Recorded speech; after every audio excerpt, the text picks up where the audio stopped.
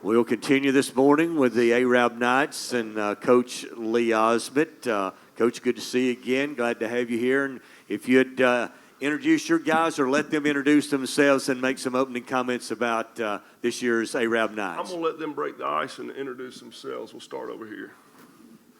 All right, my name is John David Hall. I play center for Arab, and I'm really excited for this year. We got a lot in store, hopefully, that will put a good season together. And it's not just because of what we're going to do on the field. It's being around these guys. We didn't really know what was going to happen this year because we lost a lot from last year's team, especially up front, because I play center, and I'm like one of the only returning starters. But the guys that have stepped in, and they've been doing an amazing job, and I'm really excited for what we're going to do this year. My name is Aiden Cox, and I'm the senior quarterback for the Arab Knights. I'm also very excited for this year, and I think that we really have a chance to be historic this year. As JD said, we did lose a bit on the line, but I think that we've had some underclassmen and some other players really step up. As far as the backs go and the receivers go, I think that we really have the veterans in store that we can accomplish our goals of what we want to do this year. Hi, my name's Patrick Lawler. I'm senior linebacker, and man, I'm excited. We just put together a good group on defense. We're ready to go attack some people.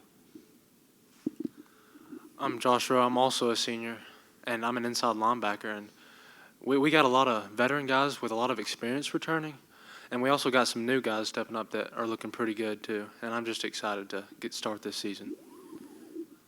And I'm the head coach. I'm Lee Ozmint, and I'm excited to be sitting up here with these four seniors. And there's 16 more back at the house that we left, and I chose these four. But the thing I think that's going to mark this group more than any other group that I've had at Arab so far is the senior group. It's a special group of seniors. They understand, and it's not rocket science, right? Football's football. But what's happened is they know how to practice. They know what's expected. They know the level that they're to give effort. Now, it's not necessarily a level of performance because they're going to make mistakes, but they know the level of effort that's expected, and really it saved me. My voice is normally cracking at this point, and I haven't had to yell because these guys know what's expected, and they go out there and they do it every day. And we talk about different things like work ethic and opportunities that people miss, and I think they're wise to a lot of things that would trap other teams. That's not going to trap this one. Coach, could you tell us numbers this year and number of returning starters, offense and defense, for this year's team? I don't know the returning numbers, right off the top of my head, but I know offensively we've got one returning starter, and he sits right here on the offensive front. We've got a lot of our wide receivers back, and our starting quarterback, Ed Johnson, from last year was not. But I consider Aiden a returning starter because 2 years ago he started every game for us when Ed broke his leg. And last year he was playing second team, and he and I had a discussion about week 2 of the season, and he wanted to play special teams, so I put him on special teams. And there are few seniors that I can look at with as much admiration as I do this guy to my left because, what quarterback wants to play special teams? He could have got sold up. He could have got pouted up. He could have done any number. He could have done 99 other things, but he chose the one right thing, and he was there for his teammates. He worked hard. He did things that quarterbacks don't normally do, and I think that's going to show this year. Aiden, 2 years ago when you were forced into action as a sophomore with really not that much experience, you played some, but and it was kind of rough at the start, but by the end of the year, you were really humming. How much did that year of playing, is it going to help you this season as a senior? I think really being thrown into the fire was really a great part of my getting experience into the varsity level of playing football, because before that, I was just a JV player. We would go into JV games and we would dominate, and I just really took my practice very seriously with the JV and the varsity, and I think that that the experience that I had as a sophomore was very, very critical going into last year and also this year as well. Coach, the be the cause, not the effect on y'all's t-shirts. First things first, I'm going to require everyone to get one of those shirts at some point this season because they're awesome. Coach, tell us what that's about, and for the guys, tell us what that on your chest represents to you. Good question. There's you coach, and as you coach, you've got to coach on a lot of different levels.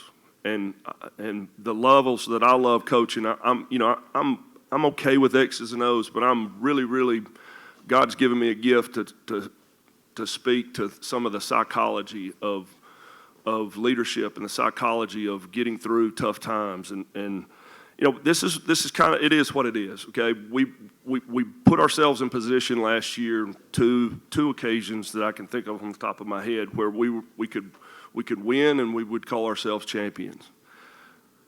But we fell short, and I think it's because we got passive at critical times. We were waiting on the game to happen for us instead of making it happen. So that's a Navy SEAL phrase, be the cause, not the effect. We've got to take it upon ourselves to be the cause. When we do get ahead 17-0, we got to finish. We got to do. It doesn't. You get ahead. It doesn't mean you stop. It means you keep going. And I think these guys get it, because I'm telling you, there's just the way they've taken the field in practice, the way they've taken, practice seriously. And what team loves to practice? And they don't. They don't love practicing. But I'll tell you what they do. They force themselves through it. They force themselves through their emotions, whatever they are. And even though, they might start a practice wrong, I have yet for this year to see them end a practice wrong. So I'm excited about that. And I think that's a big, important part of the mental aspect of where we are as a team, is we've got to be the cause, not the effect. And these guys have really bought into that. Good question. For the players, I get to talk to Coach every week, so I'll save all my questions for him during the season. But for you guys, hearing Coach talk about how close you guys were last season, knowing what it came down to within a couple of plays and a couple of games, whether it be in the start of the season or late against Oxford, has that helped you a little bit this offseason going into the summer? I know you guys don't – I know every coach preaches we don't worry about the past, there's nothing you can do about it, but has that helped guide you in this offseason to know that you were that close to doing something, I think, since 1993 that ARAB hasn't done, to take that next step to make it happen, to be champions, as Coach said, that you want to call yourselves? Has that helped you a little bit? Has that driven you this offseason? I think that has put a really big chip on our shoulder going into the offseason, because we know what happened last year, and our teammates together, we come together and we work and we work and we work all offseason, every day. We come in 2 times a day. We are just there working together, building everybody up, and we put a chip on our shoulder, and we are ready to get after it this season. Somebody else?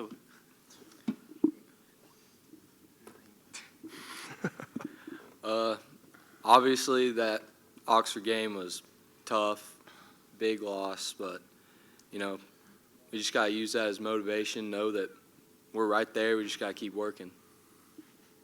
And we're going to use that experience from getting that game like last year is, like, we don't want to make the same mistakes and stuff. And one more for the players. What are your expectations of yourselves? Piggybacking off of that, not only of yourselves, but holding your teammates accountable. A lot of times, a lot of coaches will tell us that that's one thing that they lack, is whether it's senior leadership or leadership in general from the players. Because I know, having spoken with some coaches last year, they were asking me, maybe I should come and talk to them because they're tired of hearing from their head coach. It's the same message. What about you guys tells you that this team will be different? Coach has already alluded to that. What tells you this team will be different in the way that you're going to handle your leadership and how you approach your teammates? This year is really different just because of all 20 seniors have taken it upon themselves to get younger guys ready. Like Aiden is getting our younger quarterbacks developed. He's showing them what it's really like to play to our standard. and in the weight room, like maybe it's not being vocal, but it's like leading by example and doing things that are hard and pushing yourself and showing it's like it's okay to fail because you're only going to learn things from failure. And I think that we've gotten better mentally and physically because of it. This group of seniors, we've been together for a while, and we have a lot of experience.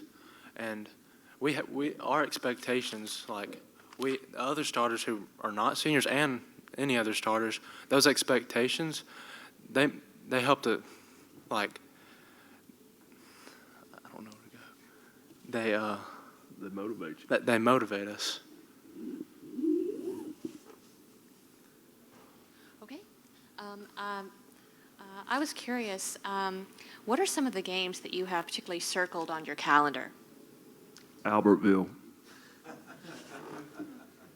We don't really circle games. We just focus on getting the team together, and we just take every game like it's we don't really play for just one game during the season. We play for all of them. We're trying to be our best team every game of the season going to the playoffs. We're the next one.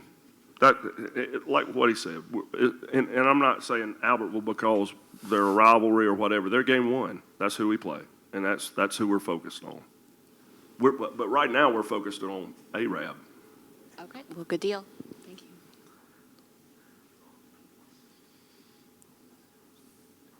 Coach, I want to ask you a question and the players a question about leadership. You had some great leaders last year, some outstanding players.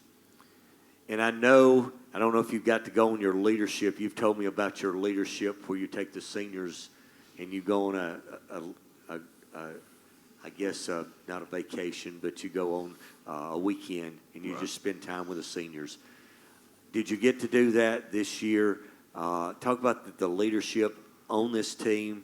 And then, guys, I want you to speak individually about something that you may have picked up with that group of seniors when y'all went on that trip.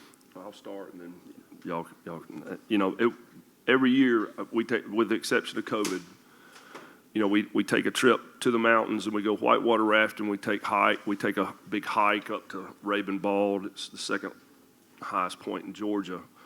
And we go through a biblical study on manhood, and we did that this year.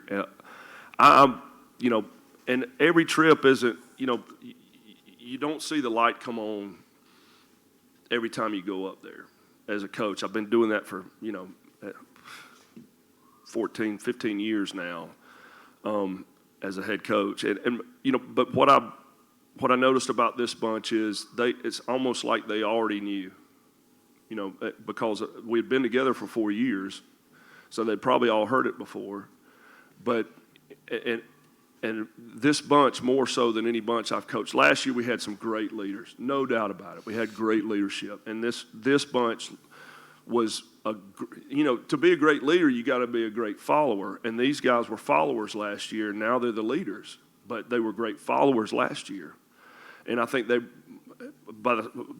building on what Josh just said, we learn from our failures. Abraham Lincoln obviously learned from his failures, and he gained the presidency because he learned from all those failures, all those failed campaigns, and we learn from our failures. If not, failure's the end. So we know that the failures of the past are nothing but stepping stones towards success. And though the seniors last year may have fallen short in some of those regards, especially the Oxford game, that keeps coming up.